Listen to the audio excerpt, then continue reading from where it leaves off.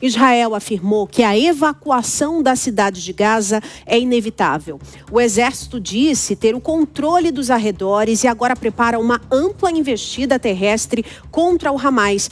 Só que a ONU alertou que essa movimentação pode configurar um crime de guerra. Quem vai trazer ao vivo os detalhes e outras informações é o nosso correspondente internacional, Luca Bassani, que vai chegar agora em tempo real. Luca, conta melhor os desdobramentos, essa evacuação que já é tida como inevitável por Israel, ela já está começando a acontecer. Como é que está a situação agora?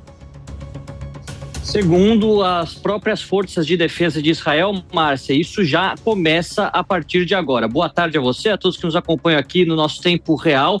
Infelizmente, para muitos palestinos, segundo aquilo que foi dito pelo exército de Israel, é necessário que eles deixem as suas casas, que a evacuação aconteça de forma imediata para que vidas sejam poupadas e eles não fiquem no meio do fogo cruzado. Vale a gente lembrar, nossa audiência, que a faixa de Gaza é um enclave palestino, ou seja, uma região muito pequena, de apenas 360 quilômetros quadrados, mas densamente povoado. Temos 2,3 milhões de pessoas, onde cerca de 1,2, 1,3 vivem na cidade de Gaza, que fica na região norte, exatamente onde Israel conduz as suas operações durante as últimas horas. De acordo com uma informação que foi postada em árabe, inclusive para os palestinos, os israelenses estão dizendo que é necessário que eles sigam em direção ao sul, porque lá estarão mais seguros e também terão assistência humanitária. Já estão sendo construídas casas temporárias, centros de distribuição de água e de alimentos, ou seja, uma maneira de atrair aqueles palestinos que estão no norte para o sul, sabendo que a condição humanitária é extremamente deficitária em grande parte dessa região, onde as pessoas não têm acesso aos itens básicos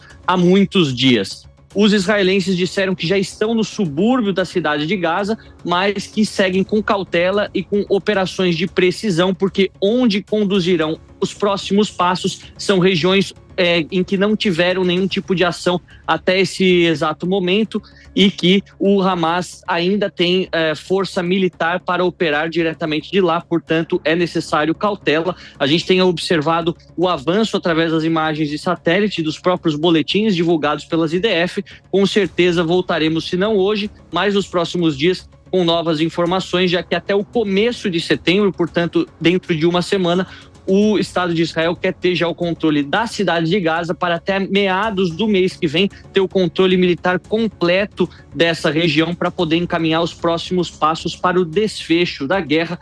Lembrando que sempre há um repúdio da comunidade internacional em todas essas ações, porque o deslocamento forçado de uma população vulnerável em tempos de guerra pode configurar crimes contra a humanidade ou crimes de guerra, acusações feitas de forma costumeira também contra Tel Aviv, algo que o governo Netanyahu rejeita e rechaça sempre em todas essas declarações. Lucas, só mais uma pergunta antes de encerrar sobre esse assunto. Você acredita que a ONU e a comunidade internacional ainda podem pressionar e fazer algo para impedir essa evacuação, ou ela é praticamente dada como certa, Lucas?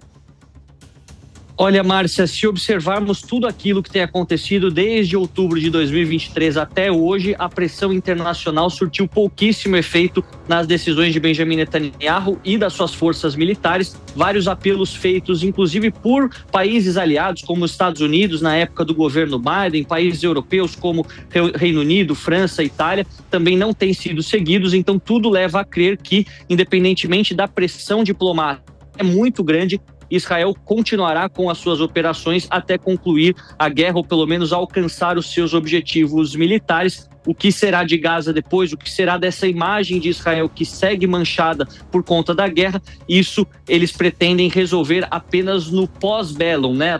Apenas após o momento de guerra, e com certeza isso será motivo de muitos estudos antropológicos e da reorganização geopolítica dessa região, que com certeza mudará uma vez que essa guerra seja finalizada, considerando tudo aquilo que assistimos aqui diariamente na transmissão dos fatos que ocorrem dentro da faixa de Gaza. Obrigada, Luca Bassani, pelas informações. Eu volto com você ainda hoje, agora 2h31, mas eu chamo você para essa conversa e também os nossos comentaristas do dia, o Renato Dorgan e o Túlio Nassa, que se junta com a gente agora nessa análise sobre guerra. E a gente começa com o Dorgan fazendo a seguinte pergunta: a comunidade internacional rechaça a ocupação de Gaza por Israel, mas segundo o nosso correspondente, ela já começa a ser feita a partir de hoje, a situação está cada vez pior. O que a gente pode esperar dessa ocupação? Realmente, para a comunidade palestina, ela é considerada um desastre, Dorgan? Eu acho um grande desastre, porque não é uma guerra comum, né?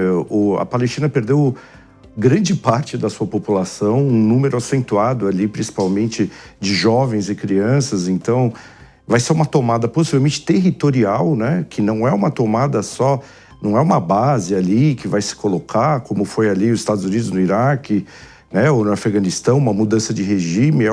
Possivelmente é uma tomada territorial, com Israel tendo controle ali territorial de grande parte do território palestino aí na faixa de Gaza, né?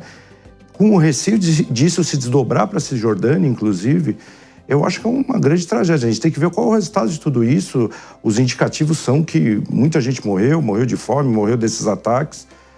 A desmobilização do Hamas pode ser uma vantagem, né, nessa montagem do Oriente Médio, né, que se retroalimenta, Irã, Hezbollah, né, o governo da Síria em alguns momentos, agora não, porque trocou ali. Mas assim, o que a gente percebe é que existe um impacto muito forte para os palestinos. O que vai sobrar dos palestinos? Possivelmente a migração. Eles já saíram ali em grande quantidade do território e parece que ruma ali por um povo que vai ficar sem território, porque parece que Israel vai tomar essa região e estabelecer bases e tem até programas de especulação imobiliária ali para casas de veraneio, falam ali. Mudar completamente a característica daquela região é impactante, sem dúvida nenhuma. E a gente tem que ver agora, depois que passar tudo isso, qual é o crime ali, qual é o tamanho do estrago, da morte de pessoas, porque não foi uma guerra comum, não é uma guerra de um exército contra outro. Foi ali um ataque visceral que continuou depois ali que se desmontou a estrutura do Hamas, e isso continuou sem parar. E a comunidade internacional está correta em rechaçar esses ataques ali, e essa tomada territorial, a exemplo ali das guerras antigas, né? Agora a gente conversa também com o Túlio Nassa para realmente dar mais um olhar sobre esse conflito. Túlio, até que ponto, na verdade, Israel coloca toda essa culpa no Hamas, mas eles querem de fato essa ocupação da região, e como que realmente a comunidade internacional pode levar ajuda humanitária para os palestinos a partir de agora? Boa tarde, Márcia. Boa tarde, Bruno. Boa tarde ao Renato também. Boa tarde à audiência da Jovem Pan.